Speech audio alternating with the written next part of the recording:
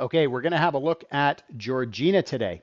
So like my other videos, what we're going to do is we're going to have a look at the most current month we have in the Toronto Real Estate Board stats, which is November 2021. We'll compare that with what happened a year ago, and then we're also going to have a look at what happened for a bit of contrast in October 2021 also. So if we're talking about the numbers first, so the N represents new listings that came to market, the S is sales that happened through the month, and the A is active listings. And active listings are what carries over into the next month. So they could be homes that didn't sell. They could be cancellations and relists, which would be also homes that didn't sell. They could be a home that was listed near the end of the month and carried over into the following month, that kind of thing.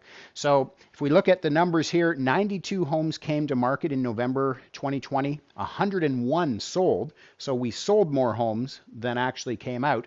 And there was 98 active listings, which would have carried over into December 2020. So if we look at October 21, we had 99 sales come out. We had 99 homes came out, 92 sales, 71 active listings, which carried over into November. And if we come into November, we're looking at 105 new listings, 79 sales, so more listings coming out, fair drop in sales, and 64 active listings, so a bit of a reduction there. If we're looking at the money, 718,000 was the average sale price across all home types a year ago in Georgina, 940,000 in October 2021, and now Georgina, congrats, has broken the $1 million mark for the average sale price. So $1,049,000 is the average sale price in Georgina across all home types.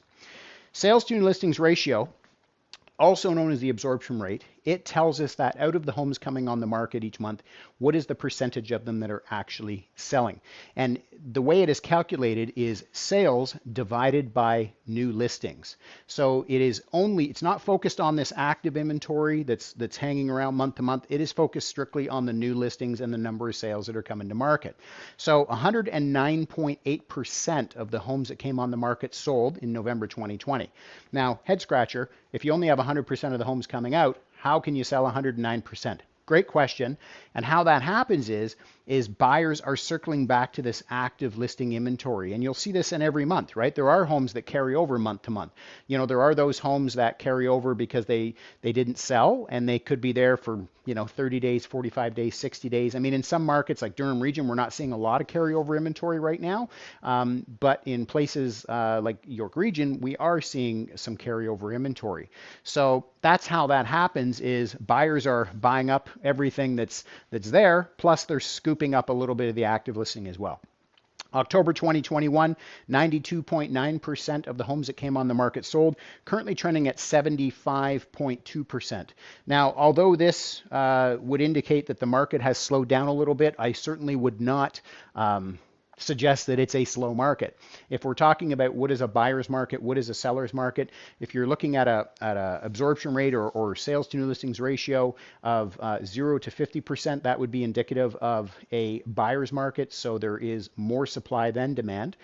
Between 50% and 60% is what we would call a balanced market. So there's enough supply to meet the demand. And then when we're looking over 60%, and especially at 109, 92, and 75, that would tell us that there is not enough supply, not enough supply to meet the demand. Months of inventory remaining, also a good gauge, kind of the sister to sales to new listings ratio. It tells us that at the current rate of consumption or the current rate of buying, if no other homes came on the market after today, how long would it take to completely deplete the inventory? And it is calculated by active listings divided by the sales. So again, it's focused right on this active listing that carry over.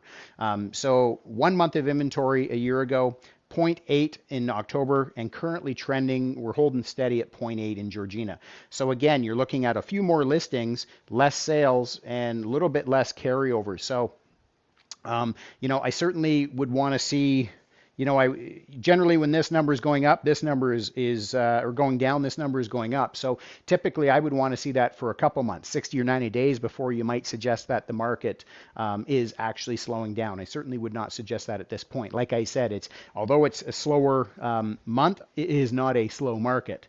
Sale price to list price ratio, 99.3% of asking a year ago, 109.9 in October, currently trending at 110.8. Days on market to get a home sold, 20 a year ago, 15 in October, currently trending at 10. Now, I would offer you this is when we start seeing the days on market counter reducing, typically what we're seeing is buyers are going more after the new listings that come on the market. When you see a busy market like this with these two stats, and you see the days on market counter going up, typically what's happening is buyers are either not able to find what they're looking for out of the new listings, or they are competing but not able to. They're not successful in getting that particular home. So then they're circling back to the active inventory, which is again inventory that's been hanging around. So it tends to drag the number up. So this would tell me what I would offer you is that more of the sales are happening out of the new listings. So folks, I hope you found this information helpful. I want to wish you happy holidays and Merry Christmas.